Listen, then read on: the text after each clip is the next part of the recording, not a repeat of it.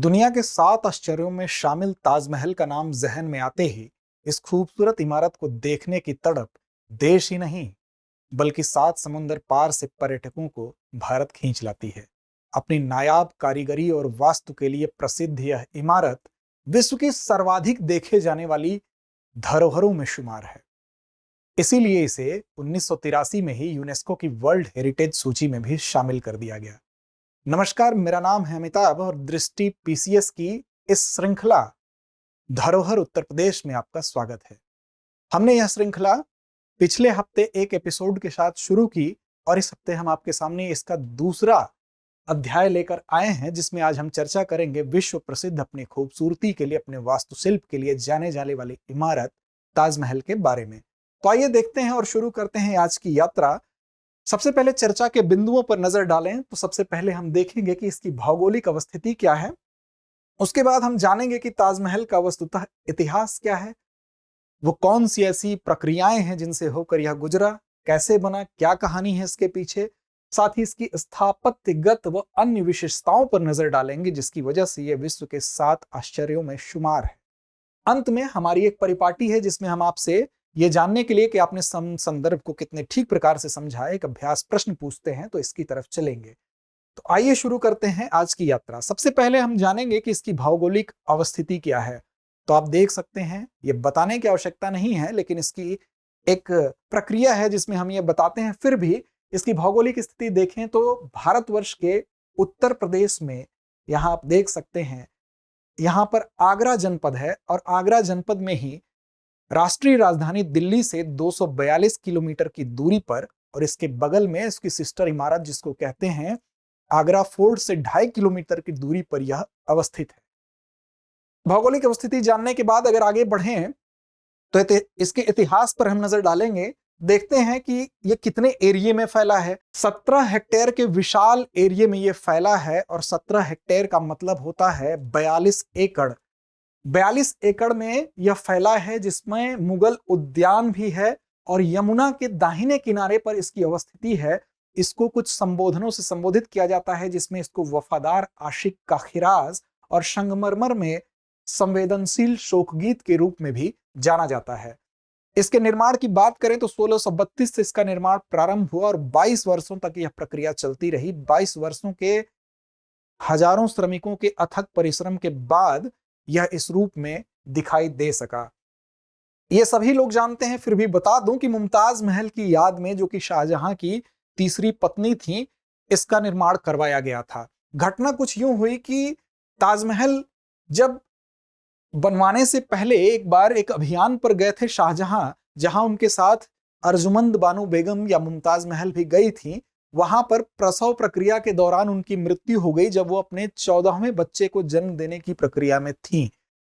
चूंकि शाहजहां के बहुत करीब थी, शाहजहां इनके प्रति बहुत अगाध स्नेह था शाहजहां का, और वो बहुत दुखी रहने लगे। उसके बाद काफी दिनों तक अपने आप को वो कमरे में कैद रखे उस सदमे से उबरने के लिए।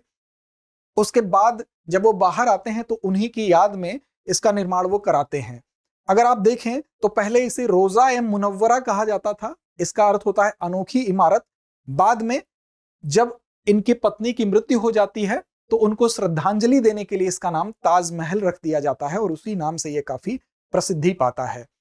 व्याकुलता के बाद इस अभियान में बुरहानपुर में अस्थायी रूप से इनका एक जब वहां दफनाया गया तो वहीं पर इनको अस्थायी रूप से दफनाया गया, लेकिन बाद में वहां से इनको ले आकर के और ताजमहल में उसके केंद्रीय कक्ष में स्थान दिया गया, जहां पर उनकी समाधि बनाई गई। और वहीं पे उसके बगल में भी जब शाहजहां की मृत्यु होती है तो उनकी भी समाधि बना दी जाती है।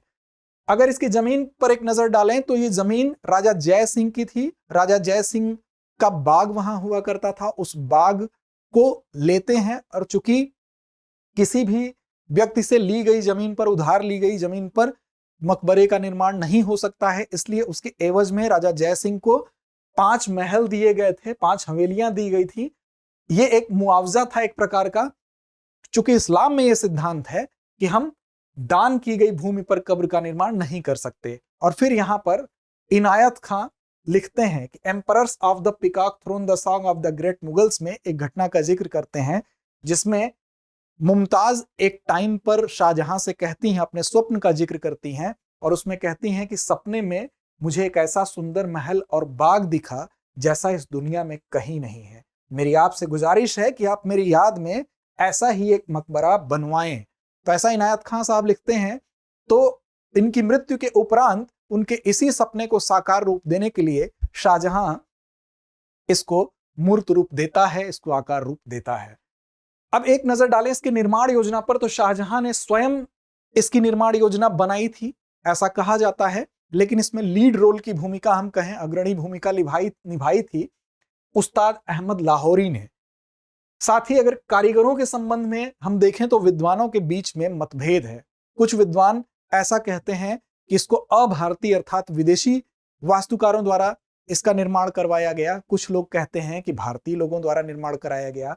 हालांकि एक नजर अगर डालें तो फादर मेनरिक कहते हैं कि वेनिस निवासी वेरेनियो द्वारा इसकी जो भी वास्तुकलात्मक विशेषता उसको तैयार किया गया, उसको मूर्त रूप दिया गया है। स्मिथ ने इस बात का समर्थन किया और इसको इसी आधार पर वो यूरोपीय कृति भी बता देते हैं। लेकिन पर्सी ब्राउन कहते हैं कि यह मुगल भवन था, क्योंकि मुगल कला का विधिवत विकसित स्वरूप यहां पर देखने को मिलता है जो कि परंपरा अनुसार है और ये बाह्य प्रभाव से पूर्ण रूप से मुक्त है। इस प्रकार दो धड़ों में बटे हैं, लेकिन ज्यादा समर्थन इसी वाक्य को मिलता है। अगर इसके उस्तादों की बात करें, कारीगरों की बात करें जिन्होंने इसमें योगदान दिया, तो सर्वप्रमुख उस्ताद में अग्रणी पंक्ति में ईसा खां आते हैं जो कि नक्शा नवीस थे। इसका नक्शा बनाने का काम अगर कहा जाए तो ईसा खां ने किया था। अमानत खां और मोहम्मद शरीफ ये तुगरा नवीस थे जो लेखन का कार्य होता था। इस्माइल खां को अगर बात किया जाए तो गुम्बद साजी का काम करते थे, गुम्बद से संबंधित विशेषता इनको हासिल थी। मोहनलाल पच्चीकारी में बेजोड़ थे। पच्चीकारी मतलब रत्नों को जड़ने का काम, दीवाल पर रत्नों को जड़ने का काम। उस्ताद पीरा काष्ठकार थे। बानूहर और जोरावर दिल्ली के ही थे, ये लोग मूर्तिकार थे। और ये हम कह सकते हैं कि ये किसी एक कलाकार नहीं बल्कि विभिन्न कलाकारों की कलाओं के संयोजन का प्रतिफल था।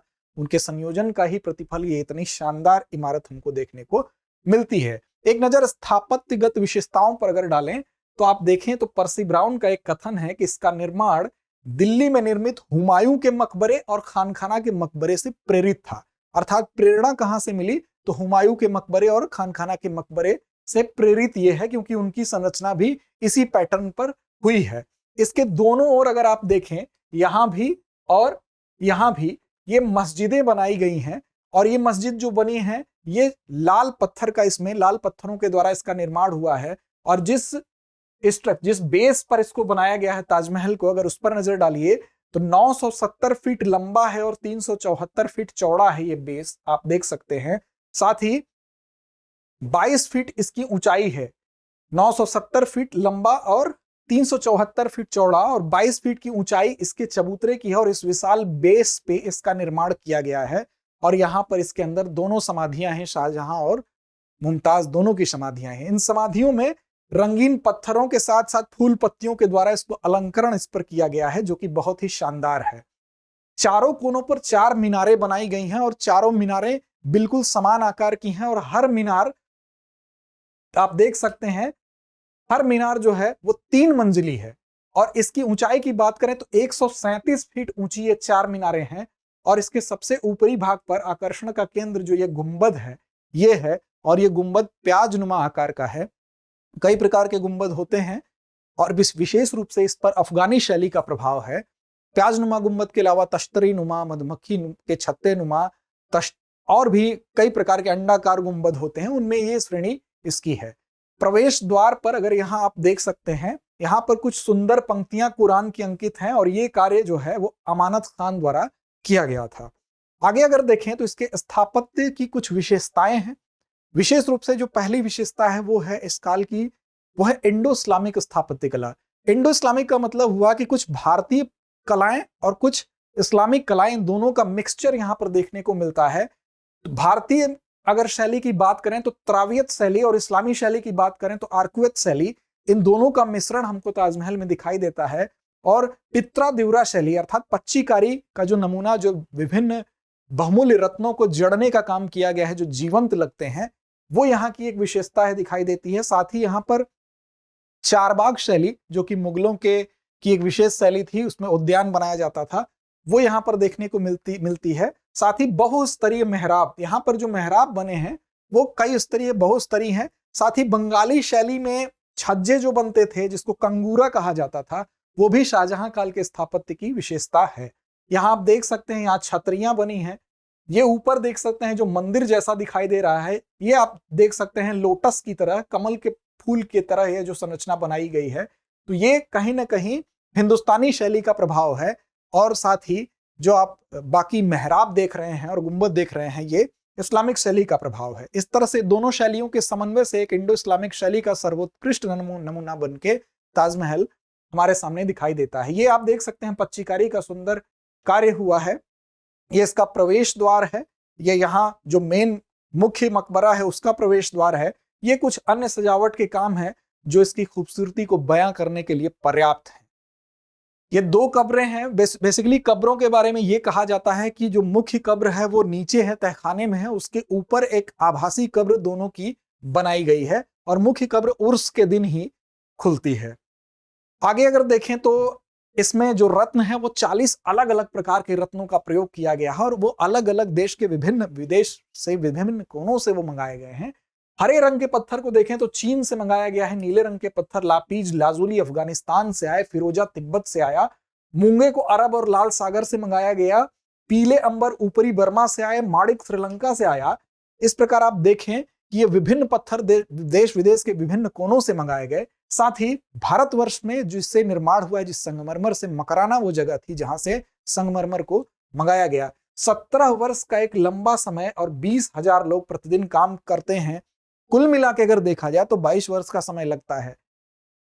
अगर कुछ कितने रुपए व्यय हुए, कई लोग इस पर बात करते हैं, तो अब्दुल हमीद लाहौरी ने कहा था कि 50 लाख रुपए व्यय हुए, लेकिन बाद में इतिहासकारों ने उनकी इस बात को डिनाई किया और ये अपनी मंशा बताई कि संभवतः वो मजदूरी का उल्लेख किए और बाद में एक एस्टिमेट जो आया वो लगभग 3 करोड़ से ज्यादा, 4 करोड़ के आसपास आया। ये उस समय की राशि है। इस समय आप कल्पना कर सकते हैं कि इसमें कितनी लागत आई होगी।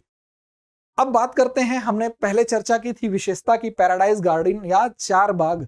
तो क्या है? तो स्वर्ग उद्यान की अवधारणा है। बेसिकली ये पर्शियन कॉन्सेप्ट है जिसमें क्या किया जाता है कि जो उद्यान बनाया जाता है वो वर्गाकार होता है, इसको 4 भागों में बांटा जाता है और ये रास्ता बनाया जाता है वो भी इसको 4 भागों में विभाजित करता है। ये पर्शियन प्रभाव है, वहां से पर्शियन फारसी शैली से ये खाका लिया गया है। और अगर आप देखें तो हुमायूं, अकबर और जहांगीर की कब्रें भी इसी पैटर्न का अनुसरण करती आपको दिखाई देंगी। रविंद्रनाथ टैगोर ने इस स्मारक को अश्रुबूंद कहा है और एक स्टेटमेंट है कि समय के गाल पर अब मुझे इसका गहरा अर्थ समझ में आया है। ताजमहल चमक और पवित्रता से चमकता हुआ अश्रु है, जबकि काल का गाल 4 बाग है जहां आत्मा को अमृत मिलता है। इस प्रकार आप देख सकते हैं ये ताजमहल की स्थापत्यगत विशेषताएं क्या थी जो इसको यूनेस्को की वर्ल्ड हेरिटेज सूची में सम्मिलित करने पर मजबूर करती हैं और विश्व के 7 आश्चर्यों में एक के रूप में यह जाना जाता है। तो आइए बढ़ते हैं अपने आखिरी परिपाटी के अनुरूप प्रश्न की तरफ। तो प्रश्न क्या है आज का कि ताजमहल को यूनेस्को द्वारा विश्व धरोहर स्थल कब घोषित किया गया? आपके सामने ऑप्शन है 1980, 81, 82 या 1983। उम्मीद है संदर्भ समझ में आया होगा और आपके लिए उपयोगी होगा। तो पढ़ते रहें, लक्ष्य की ओर बढ़ते रहें। फिलहाल इतना ही। धन्यवाद। मिलते हैं अगले हफ्ते एक नई श्रृंखला के साथ।